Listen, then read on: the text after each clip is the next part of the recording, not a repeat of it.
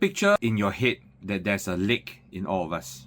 And on this lake is where a council of different animals staying in this lake. What happens as we grow older and one of these animal is dominant, and because as we grow older, change takes longer. Or maybe we might forget, as think of it as our memory is not working as well anymore.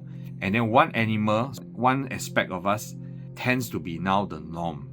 It's really so ingrained in how we live our lives that once our memory is gone, that one animal is in charge all the time. So what happens if it's a deer who's cautious all his life about danger and is careful and maybe hoarding things? Or how about if, say, tiger is the one that is domineering when you get old, very assertive, very strong. So do we see this kind of people in our lives? One thing that I encountered as I'm doing my volunteer work and meeting a lot of elderly is that very much so, this metaphor really holds, because there are some elderly or some seniors who are just more happy, and then some are just in a very dark place. So what comes to mind is this story of two different ladies in a short span of time. We were doing door knocking, and one lady, even though her home was airy and bright, lets in a lot of sunlight, and she's also very clean, gave me a very dark kind of atmosphere when I walked in. I felt very uncomfortable.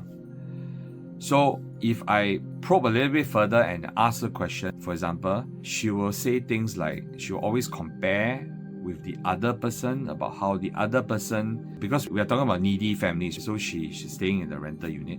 So she always talk about how the other elderly have things she don't get asked out for outing, and she's always not included. She sees these things, she remembers these things, she holds it in her thoughts all the time. And the second lady, and both ladies have some memory disorder somehow, because you can see that they are struggling with remembering things. The second lady is more happy, and she always talks about how every day she will spend time with her friends, and how they are always very nice to her, and she's very blessed. She has a lot of good friends, and because she's always very nice to them as well.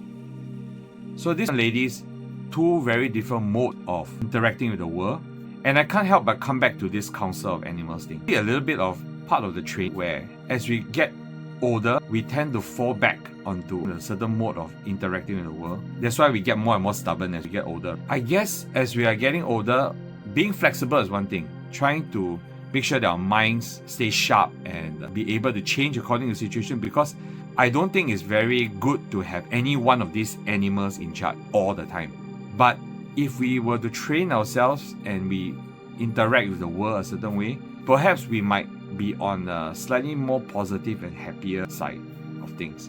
But that's one thing that is happening in the future. Why worry about it now? It's just something very interesting to think about, like as we get older, what kind of mindset or what kind of mode do we take interacting in the world.